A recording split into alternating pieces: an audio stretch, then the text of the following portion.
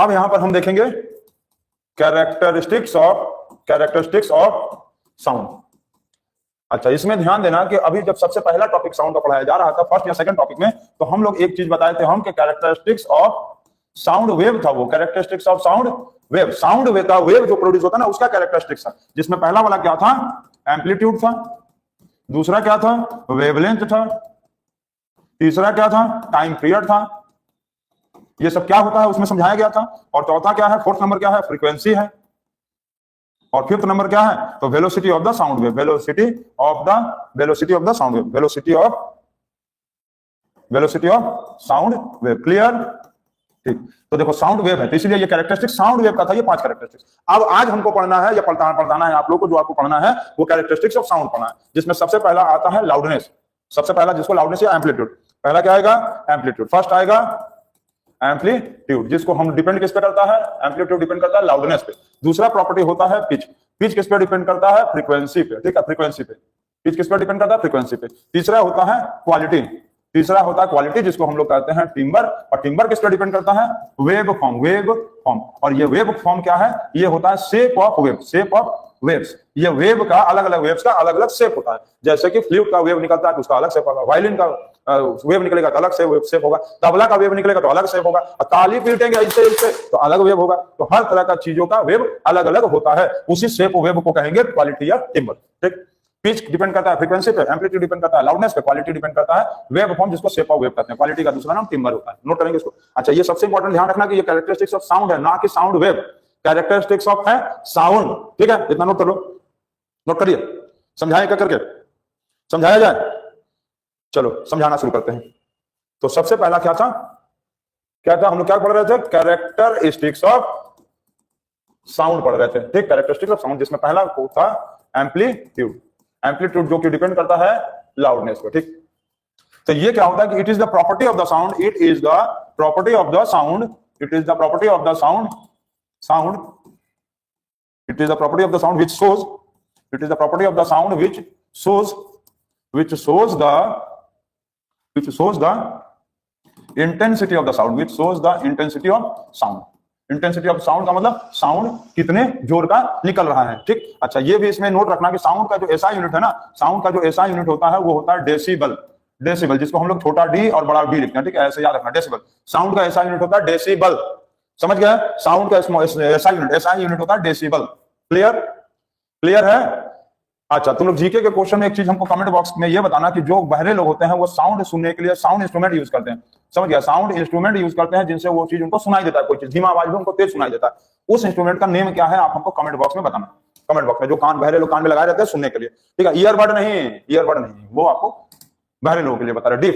ठीक, डीफ डम। ठीक, तो ये हो गया एम्पलीट्यूड। अब एम्पलीट्यूड डिपेंड करता है लाउडनेस पे। ठीक, एम्पलीट्यूड डिपेंड्स अपॉन लाउडनेस।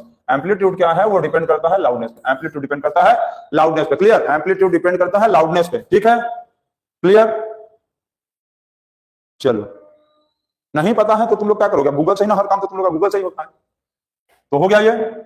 ठीक, लाउडनेस एम्पलीट्यूड का मतलब कोई भी साउंड का कितना ज्यादा हाई इंटेंसिटी है। जैसे कि यहां पर ये मान लो ये इंटेंसिटी है एक, और ऐसे दिया हुआ एक ऐसे वाला। तो ये बताओ कि यहां पर मेल है, कोई मेल।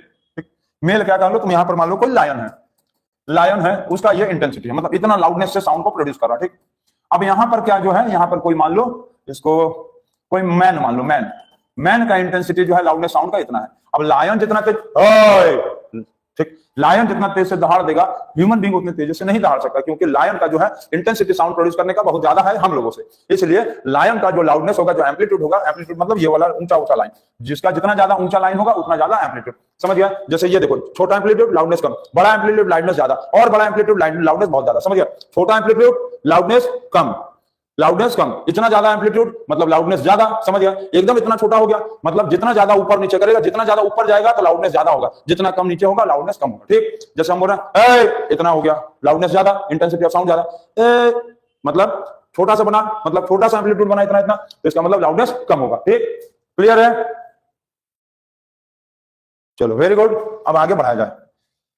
दूसरा प्रॉपर्टी होता है इसमें, दूसरा प्रॉपर्टी होता है हम लोग का इसमें पिच।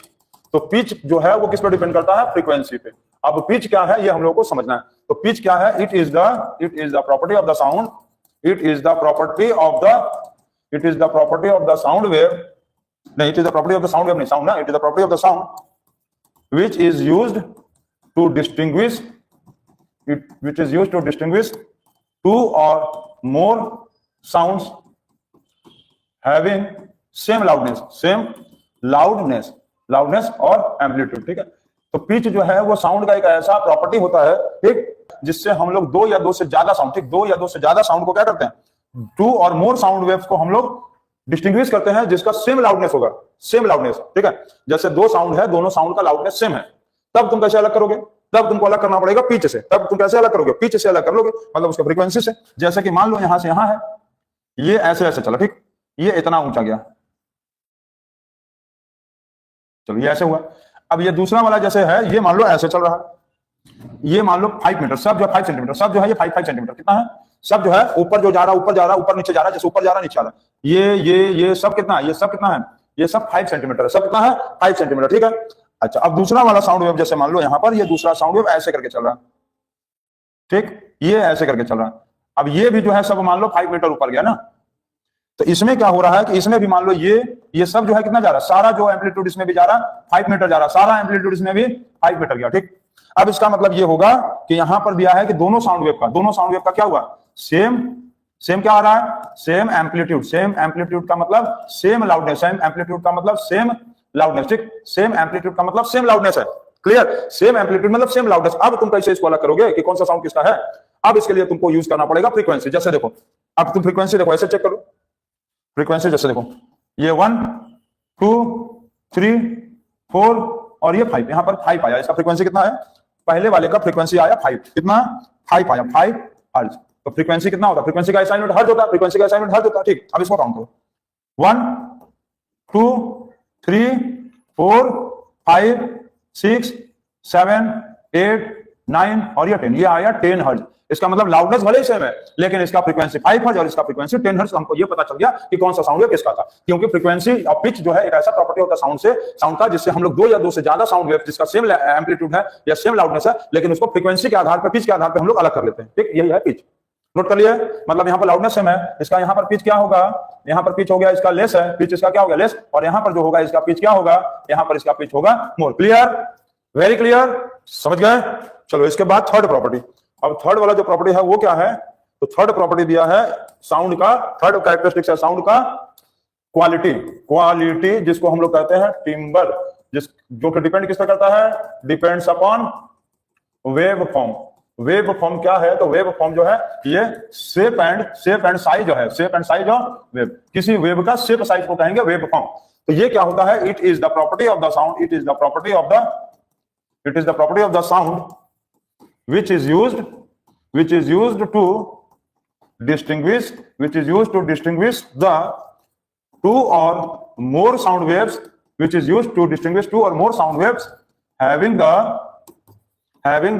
same loudness, मतलब having the same amplitude and same pitch का मतलब frequency, same क्या होगा? frequency।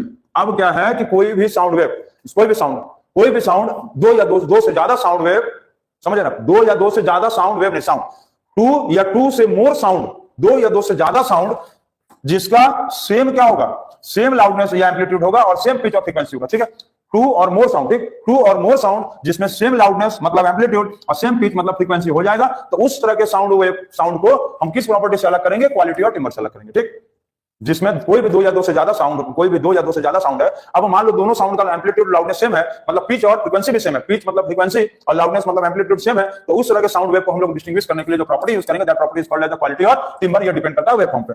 अब तुम इसका सब एग्जांपल यदि समझोगे तो तुम ये देख लो, जैसे ये है, तो हम लोग इसमें जैसे ऐसे करके बना रहा है, ये ऐसे करके जा रहा है, ये ऐसे करके जा रहा है, ये फ्लूइड का वेव फॉर्म है, ये फ्लूइड का वेव फॉर्म है, मतलब ये फ्लूइड का शेप ऑफ वेव है, फ्लूइड ऐसे वेव बनाता है। अब यदि वायलिन का देखोगे तो ये बनाएगा ऐसे। अब वायलिन का यदि बनाएगा तो वायलिन का जो है शेप ऐसे बनता है, शेप ऑफ वेव।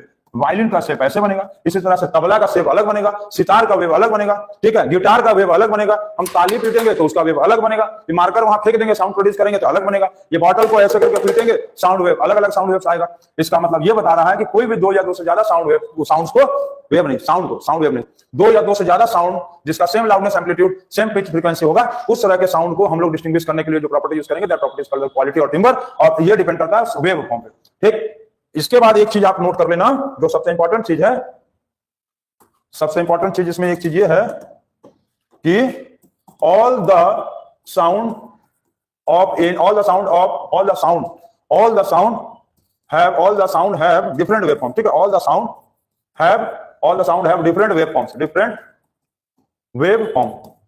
ठीक, all the sound sources लिख लो, all the sound sources यहां लिख दे, all the sound sources लिख लो तुम, all the sound sources यहां, all the sound sources, ठीक, all the sound sources have different waveform, ठीक, no two sound can have the same waveform, जैसे अभी हम बताए कि कोई भी 2 या 2 से ज्यादा साउंड का एम्पलीट्यूड सेम हो सकता था, मतलब लाउडनेस सेम हो सकता था, 2 या 2 से ज्यादा साउंड का फ्रीक्वेंसी सेम हो सकता था, मतलब पिच सेम हो सकता था, लेकिन दुनिया में कोई भी 2 साउंड या कोई भी 2 से ज्यादा साउंड का वेव फॉर्म कभी सेम नहीं हो सकता है, मतलब वेव फॉर्म जो होगा is always different for all sound, is always different for all sound sources, जितने भी चीजों से साउंड प्रोड्यूस होता है, हर चीजों का साउंड वेव फॉर्म अलग अलग होता है। हो गया ये, ठीक। अच्छा, अब इसका देखो यूज कैसे करते हैं कि जैसे कि मान लो कोई सिंगर है, ठीक है, सिंगर्स, मान लो कोई मेल सिंगर है, ठीक, मेल सिंगर है और कोई फीमेल सिंगर है, तो मेल सिंगर है और कहीं पर कोई फीमेल सिंगर है। अब क्या हुआ कि दोनों गाना शुरू किए, मेल सिंगर अपना गाना शुरू कर दिया, वो गाना शुरू कर दिया, मिले सुर मेरा तुम्हारा तो सुर बने हमारा। अब उसका जो लाउडनेस है वो क्या हो रहा है, इतना ऊपर जा रहा है। इसे फीमेल सिंगर गा रही है तो वो कैसे गा रही है, मिले सुर मेरा तुम्हारा तो सुर बने हमारा, वो ऐसे गा रही है। मतलब क्या कर रही है, यहां पर इसका लाउडनेस ज्यादा है और इसका यहां फ्रीक्वेंसी कम है। क्लियर, यहां पर देखो 1 2 और ये सिर्फ 3, मतलब इसका फ्रीक्वेंसी 3 हर्ट्ज जा रहा है और यहां पर लाउडनेस इसका बहुत ऊपर जा रहा है, ऊंचा जा रहा है, लाउडनेस हाई फ्रीक्वेंसी कम। ठीक, यहां पर देखो 1 2 3 4 और ये 5, मतलब इसका फ्रीक्वेंसी यहां पर आया 5 हर्ट्ज, यहां पर इसका फ्रीक्वेंसी हाई है और एम्पलीट्यूड यदि चेक करोगे तो एम्पलीट्यूड देखो बहुत कम जा रहा है ऊपर इसका, मतलब ये जो दूरी है ना, ये दूरी बहुत कम है, यहां पर ये दूरी बहुत ज्यादा है। तो इसका मतलब क्या होगा कि यहां पर इसका लाउडनेस क्या है, कम है। अब दोनों सिंगर का तो प्रॉब्लम हुआ ना, दोनों सिंगर में प्रॉब्लम होगा। ये पता चला मिले सुर मेरा तुम्हारा, तो गा ही रही है, वो तब तक गा के भाग गया, मिले सुर मेरा तुम्हारा तुम सुर बने हमारा, खत्म। अब जैसे कोई डेफिनेशन हमको बोलना है तो हम बोलेंगे, तुम बोलो तो यूनिवर्सल ऑफ ग्रेविटेशन, तो हम कैसे बोलेंगे, everybody in the universe attracts everybody which is active अपना product mass inverse of the square of the distance between them. अब दूसरा वाला स्टूडेंट जो है पता क्या खड़ा है, हां क्या बोल दिया सर, मतलब मेरा फ्रीक्वेंसी बहुत ज्यादा था और दूसरे वाले स्टूडेंट का फ्रीक्वेंसी बहुत कम है, हम जल्दी से बोल के खत्म, और दूसरा वाला स्टूडेंट अभी बोल ही रहा है। तो इस तरह के प्रॉब्लम को सॉल्व करने के लिए इंटरमिक्सिंग ऑफ साउंड वेव्स को यूज करते हैं। इंटरमिक्सिंग ऑफ साउंड करना पड़ता है, जिसके लिए हम लोग बोलते हैं कि साउंड को सेट करना पड़ता है। जब कभी भी मेल फीमेल सिंगर्स गाते हैं या कोई भी मेल फीमेल नहीं, कुछ फीमेल सिंगर्स का भी आवाज बहुत हाई होता है, ठीक है, और कुछ मेल सिंगर्स का भी आवाज बहुत धीमा में होता है, इंटेंसिटी कम होता है। तो कोई भी 2 सिंगर, 2 और मोर सिंगर, कोई भी 2 और मोर सिंगर्स जो होंगे, तो 2 या 2 से ज्यादा जो सिंगर्स होंगे, उन दोनों के आवाज को रिकॉर्ड करने के लिए हम लोगों को इंटरमिक्सिंग ऑफ साउंड करना पड़ता है, जिसमें हम लोग क्या करते हैं कि उन लोगों का लाउडनेस मतलब एम्पलीट्यूड और पिच का मतलब फ्रीक्वेंसी, तो उस दोनों के लाउडनेस को, और मतलब लाउडनेस मतलब एम्पलीट्यूड और पिच मतलब फ्रीक्वेंसी, उसको हम लोग सेट करते हैं ताकि गाना जो है एक साथ खत्म हो और एक इंटेंसिटी के साथ खत्म हो। समझ गया, ये नहीं कि कोई जल्दी खत्म कर दिया, कोई लेट से खत्म करेगा। तो गाना जो है जब स्टार्ट हो तो मिले सुर मेरा तुम्हारा तो सुर बने हमारा, मतलब हमारा और उसका जो लोग गाना गा रहे हैं सिंगर्स, दोनों लोगों का गाना एक साथ खत्म हो और एक ही इंटेंसिटी से गाना बजे, मतलब दोनों में से ऐसा ना हो कि किसी का आवाज ज्यादा दब रहा हो और किसी का आवाज ज्यादा उभार दे रहा हो, ऐसा नहीं। तो इसीलिए इंटरमिक्सिंग ऑफ साउंड वेव को यूज किया जाता है ताकि लाउडनेस और पिच जो है, लाउडनेस मतलब एम्पलीट्यूड मतलब फ्रीक्वेंसी को सेम किया जा सके, तो ये हो गया आप लोगों का साउंड का कैरेक्टरिस्टिक्स, जिसमें हम लोग सबसे पहले पढ़े लाउडनेस जो कि एम्पलीट्यूड होता है, दूसरा पढ़े पिच मतलब फ्रीक्वेंसी, और तीसरा होता है क्वालिटी जिसको कहते हैं टिम्बर, जो कि डिपेंड करता है वेव फॉर्म पे। ठीक है, तो दुनिया में जितने भी साउंड प्रोड्यूस करने वाले सोर्सेस हैं जिससे साउंड प्रोड्यूस हो सकता है, कभी भी किसी भी साउंड वेव का वेव फॉर्म सेम नहीं हो सकता, लाउडनेस मतलब एम्पलीट्यूड, पिच मतलब फ्रीक्वेंसी सेम हो सकता है।